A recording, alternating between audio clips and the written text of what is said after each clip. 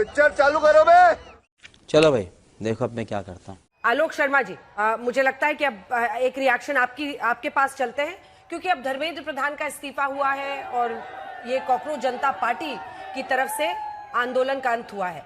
सबसे पहले तो अंजना जी, मैं छात्रों को और देश के युवाओं को बधाई भी देना चाहूंगा और धन्यवाद भी करना चाहूंगा। आज जिस तरह से देश की जनता ने धर्मेंद्र प्रधान शिक्षा मंत्री को बर्खास्त कर दिया, उन्होंने रेजिग्नेशन नहीं दिया, क्योंकि ये अनैतिकता, अहंकार और संवेदनहीनता की पराकाष्ठा हुई है जो पिछले कई दिनों में देखी गई। जिस तरह से आज इस्तीफा हुआ है, अगर ये पहले हो जाता तो 22 बच्चों की जान भी बचती, सैकड़ों बच्चे घायल होने से बचते। लेकिन धर्मेंद्र प्रधान तो केवल एक मुखौटा है। सिस्टम से लड़ाई सिस्टम से है जो टूल किट चलाता है। आज छात्रों की गूंज ने अहंकार की दीवार को गिरा दिया, घमंड टूटते हुए पूरे देश ने देखा। लेकिन मैं फिर कहूंगा, बहुत देर कर दी आते आते हुजूर आला। ये बच्चों की जो 22 बच्चे हैं, उनके माँ बाप जो हैं वो आज किस अवस्था में होंगे, और जो सैकड़ों बच्चे हॉस्पिटल में पैलेट गन और लाठियों खा के जो हॉस्पिटल में बैठे हुए हैं, उनके ऊपर क्या बीत रही होगी, ये पूरा देश देख रहा है। मोदी जी ने तमाम चीजें चलाई। मोदी जी ने हर तरह से बच्चों को गुमराह करने का भी प्रयास किया। रात को 12 बजे आकर रील भी बनाई। लेकिन मोदी जी, आपके फ्रेंडशिप को युवाओं ने अस्वीकार कर दिया। आज तक पर जो आज ये दृश्य चल रहा है, देखिए सब लोग किस तरह से युवा झूम रहे हैं। ये झूम रहे हैं केवल इस बात पे कि मोदी सरकार का अहंकार इन्होंने तोड़ा है। मुख मुद्राएं राहुल गांधी की मत देखिए मेरे बीजेपी के साथी। मुख मुद्राएं मोदी जी की रात को जब 12 बजे रील बनाई थी ना, उन मुख मुद्राओं को भी देख लेते। उनमें क्या किस तरह के भाव भंगिमा पूरे देश ने देखी है और किस तरह से जेनजी ने उसको किस रूप में लिया है। दुर्भाग्य ये है कि इन्होंने पूरे के पूरे एजुकेशन सिस्टम का भट्टा बैठा दिया है। वो पूरा का पूरा आरएसएस के हाथों में गिरवी रख दिया है। वो शिक्षा तंत्र, चाहे वो प्राइमरी स्कूल का हो, एनसीईआरटी हो, एसएससी हो, यूपीएससी हो, यूनिवर्सिटीज हो, पूरे के पूरे एजुकेशन सिस्टम के ऊपर जिस तरह से आरएसएस ने कब्जा किया है, अगली लड़ाई हमारी उस चीज को लेकर है। दुर्भाग्य ये है कि जिस तरह से तकनीक की बात हमने अभी बीजेपी के साथी कह रहे थे, नैतिकता तो कहीं दूर दूर तक नहीं है।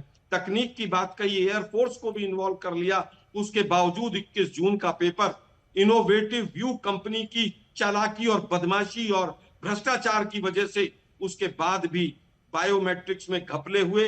बिहार में और महाराष्ट्र में तकनीक की बात तो भाजपा के लोग करें ही ना, ये तो नाली से गैस निकालें, इनकी सोच वहीं तक है।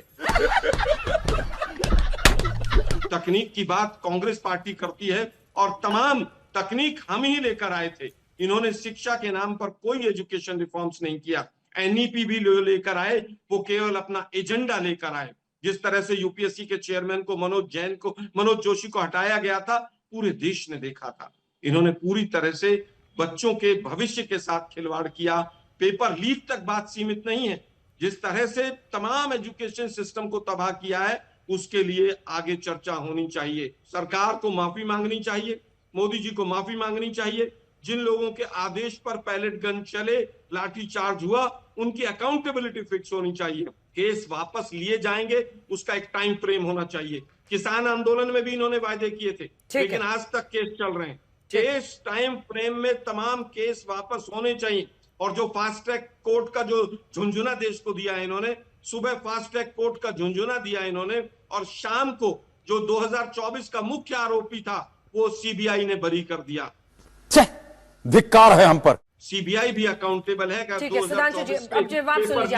आलोक ठीक है, 4 लोग इंतजार कर रहे हैं। वो राहुल गांधी जी के वक्तव्य और भाव भंगिमा से आप देखिए कि जिस समय यहां पर अनशन चल रहा था, उस समय वो धरती के अज्ञात स्थान पर आनंद मंगल करते हुए, आमोद प्रमोद करते हुए कहां अंतर ध्यान थे किसी को नहीं पता। अचानक संसद सत्र से शुरू होने से 3-4 दिन पहले साहिब आलम अवतरित होते हैं, दिल्ली के भिन्न भिन्न जगहों पे जाकर स्थानों पे तरह तरह की नाटकीयता करते हैं और वो 10 जनपद के सामने खंबा नोचते हुए दिखाई पड़े। अब मैं दूसरी बात बताना चाहता हूं, जो कुछ भी हुआ ये छात्र आंदोलन को बदनाम करने के लिए, इस आंदोलन में अवसरवादी तत्व, अराजक तत्व और अपराधी तत्व तीनों अंदर घुसकर छात्रों के पीछे छुपकर देश की व्यवस्था के अंदर समस्या उत्पन्न करना चाहते थे।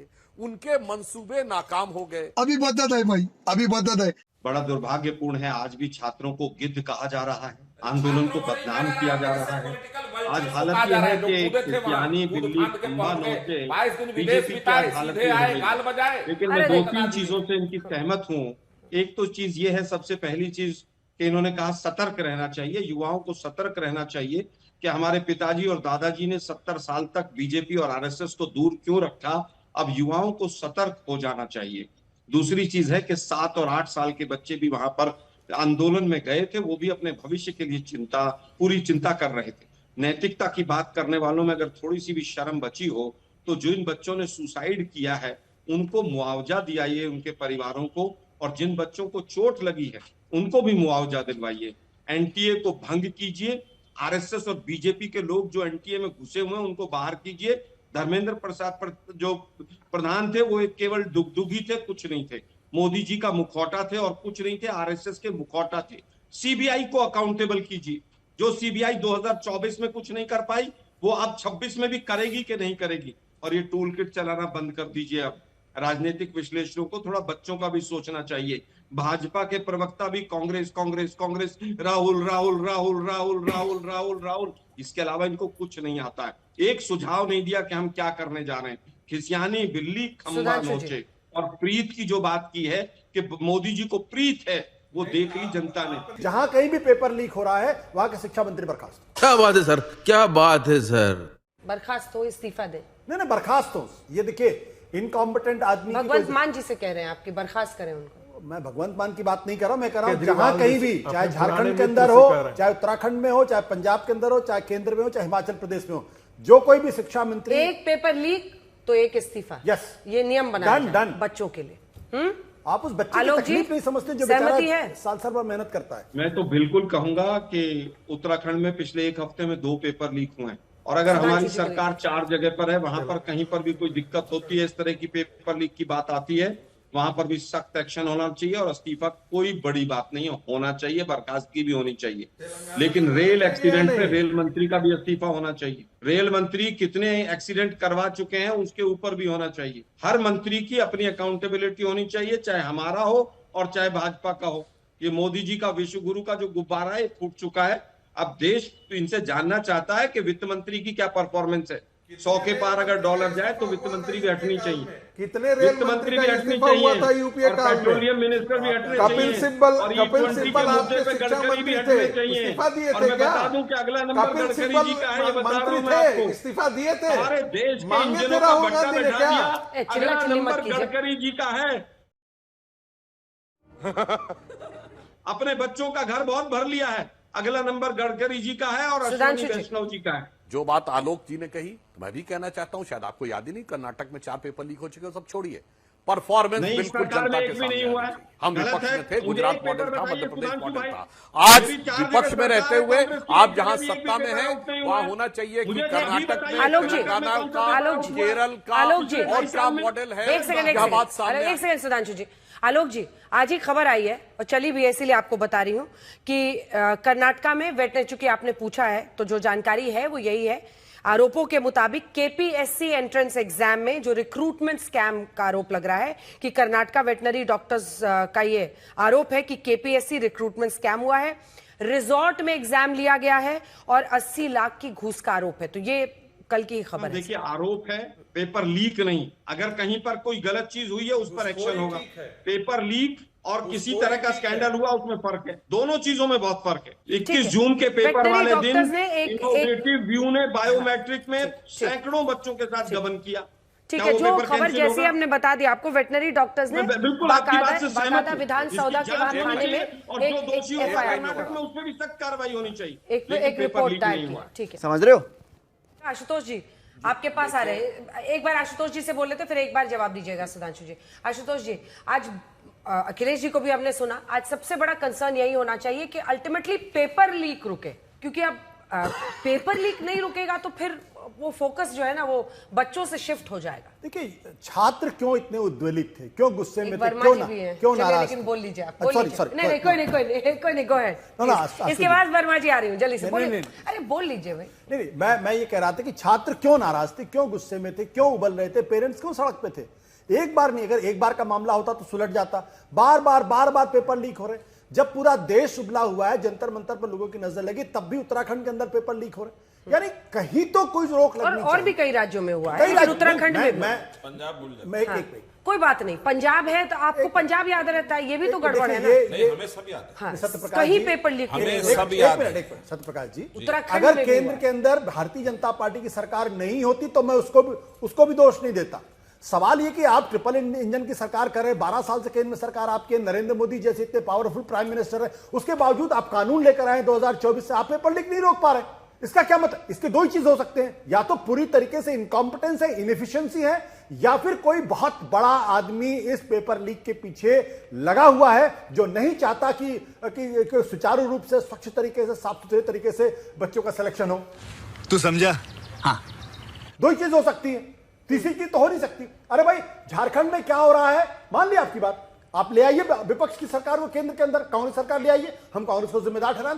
जवाब दीजिए सुधांशु जी कि भाई एक पेपर लीक, एक आरोप इस्तीफा, ये प्रत्यारोप नियम से अलग बनाइए। जाते हुए मैं सिर्फ एक लाइन कहना चाहता हूं, सुनिए। आरोप प्रत्यारोप से अलग हटकर मैं लाखों दर्शकों के सामने कहता हूं, अब अगले सप्ताह जब हमारी सरकार प्रधानमंत्री मोदी जी के विचार के अनुसार कठोर दंड की प्रावधान करने वाला कानून लाने जा रही है, तो मुझे उम्मीद है कि कम से कम अब विपक्ष का थोड़ा विवेक जागृत होगा और वो उस बिल पर संसद में चर्चा करेंगे, ताकि शीघ्रातिशीघ्र वह कानून बने और वह कठोर दंड लागू हो जाए। ये देखने का विचार होगा। और सोमवार से प्रयास आज ही तो मैं आशा करता हूं कि इस समय कम से कम आरोप प्रत्यारोप से अलग हटकर संसद बिल्कुल के आपकी बात पटल पर से एक आपकी बात से पहल बिल्कुल दिखे। पूरी तरह सहमत हूं।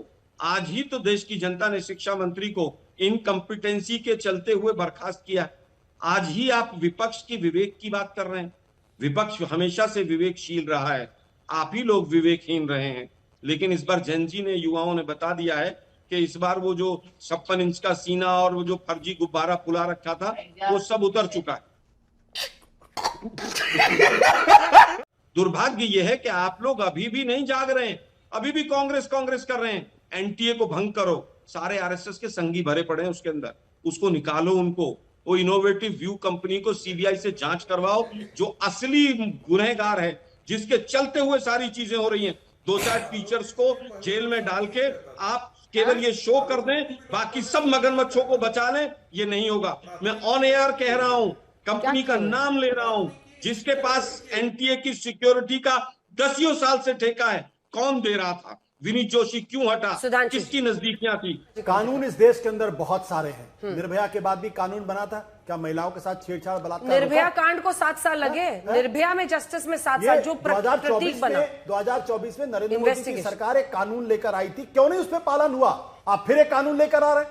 अरे कानून आप 100 लेकर आइए, कम से कम एग्जीक्यूट कराइए उसको महाराज। देखिए, मुझे लगता है कि अगले रेल एक्सीडेंट पे अश्वनी वैष्णव का भी इस्तीफा मांगेंगे हमारे मित्र, और अगली आतंकवादी घटना पे, अगले पहलगांव और पुलवामा पे और दिल्ली के लाल किले के ब्लास्ट पे अमित शाह जी का भी इस्तीफा मांगा जाएगा। तो लेने के देने पड़ गए। जल्दी से आपके पास आ रहे हैं आशुतोष वर्मा जी। आज देखिए, बड़ा सवाल वही जो मैं इनसे भी पूछ रही थी कि पेपर लीक ना हो, इसके लिए मिलकर अब एक कारगर तरीके से काम करना होगा। और अगर वो बिल लेकर आ रहे हैं तो आपको उनको मजबूर करना होगा कि इन्वेस्टिगेशन कुछ, मतलब उस पर तैयारी करके कि भाई इन्वेस्टिगेशन भी ऐसे हो, ये नहीं कि सिर्फ फास्ट ट्रैक कोर्ट बना देने से होगा। ये सरकार जो है ये प्रतिक्रियात्मक हो गई है, ये प्रतीकात्मक हो गई। मतलब अगर जनजी आके आंदोलन ना करते तो ये नीट की परीक्षा के ऊपर कोई डिस्कशन ही नहीं होता, ये अहंकार चलता रहता और ऐसे ही लगातार और पेपर लीक होते रहते, बच्चे परेशान होते रहते, सुसाइड होते रहते, प्रधानमंत्री ऐसे ही मेलोडी करते रहते।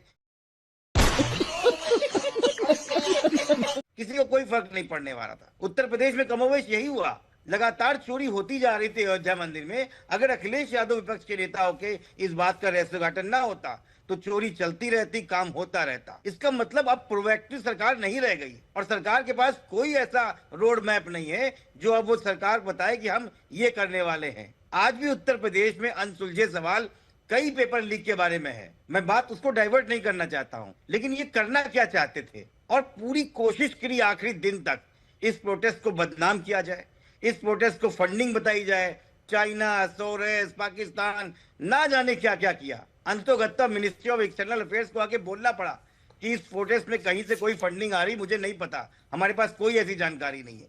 लेकिन जबरदस्त एआई डीप फेक की तरीके से पूरा भाजपा लगा हुआ था कि गंदी गंदी गालियां दे रहे थे, प्रोटेस्ट नहीं है, ये देशद्रोही है, एंटी नेशनल है। बेशर्मो शर्म करो शर्म। पता नहीं क्या क्या किया।